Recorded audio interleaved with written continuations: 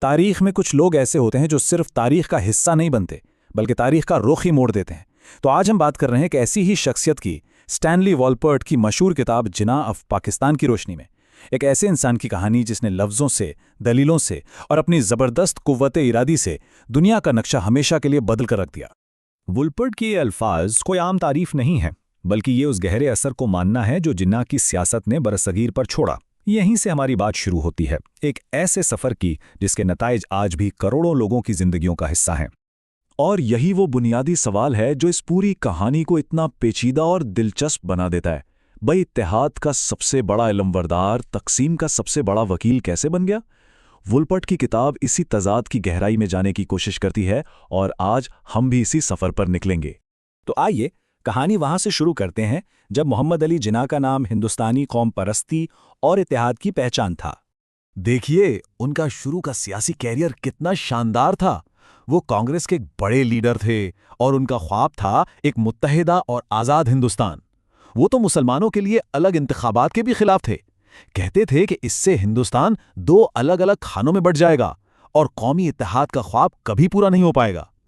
اور یہ سوچئے، یہ کوئی معمولی خطاب نہیں تھا، یہ تو جیسے ان کی پہچان بن گیا تھا، ایک ایسی پہچان جو اس وقت کے سیاسی حالات میں ان کے قد اور نظریے کا ثبوت تھی، اور یہی بات ان کی بعد کی زندگی کی تبدیلی کو اور بھی زیادہ ڈرامائی بنا دیتی ہے۔ لیکن پھر اتحاد کی اس مضبوط عمارت میں دراریں پڑنا شروع ہوئیں۔ آئیے ان لمحوں کو دیکھتے ہیں جنہوں نے جناح کو اس راستے سے دھکیلنا شروع کیا جس کے وہ کبھی سب سے بڑے چیمپئن تھے۔ اصل میں یہ نظریات کا ٹکراؤ تھا۔ ایک طرف گاندھی کی عوامی تحریکیں تھیں جو جذبات پر مبنی تھیں، اور دوسری طرف جناح کا پختہ یقین تھا قانون اور آئین کی حکمرانی پر۔ کانگریس کے اس نئے سیاسی انداز میں جناح کو اپنے لیے کوئی جگہ نظر نہیں آئی اور اس ٹکراؤ نے انہیں سیاسی طور پر بالکل اکیلا کر دیا۔ یہ الفاظ کسی ہارے ہوئے شخص کے نہیں تھے، یہ ایک ایسے قوم پرست کے تھے جس کا دل ٹوٹ چکا تھا۔ والپرٹ کے مطابق یہ ہندوستانی قوم پرستی کے نام جناح کا آخری گیت تھا۔ اس لمحے کے بعد ان کی سیاست کا رخ ہمیشہ کے لیے بدلنے والا تھا۔ تو یہ تبدیلی آئی کیسے؟ یہ راتوں رات نہیں ہوا، یہ دراصل کانگریس کے رویے سے پیدا ہونے والی مایوسی اور مسلمانوں کے سیاسی حقوق کے بارے میں ان کے بڑھتے ہوئے خدشات کا نتیجہ تھا۔ جو شخص کبھی فرقہ وارانہ سیاست کو ایک زہر سمجھتا تھا، اب اسے ہی مسلمانوں کی بقا کا واحد راستہ ماننے لگا تھا۔ کانگریس سے مایوسی کے بعد جناح کچھ وقت کے لیے سیاست سے جیسے غائب ہی ہو گئے اور لندن چلے گئے، لیکن یہ خاموشی طوفان سے پہلے کی تھی۔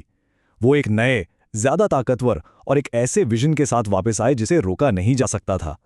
ویسے تو یہ نظریہ کوئی نیا نہیں تھا، لیکن جناح نے اسے ایک بکھرے ہوئے خیال سے اٹھا کر ایک ٹھوس اور مضبوط سیاسی پروگرام میں بدل دیا، ایک ایسا پروگرام جس نے برِ صغیر کی سیاست کا رخ ہی موڑ دیا۔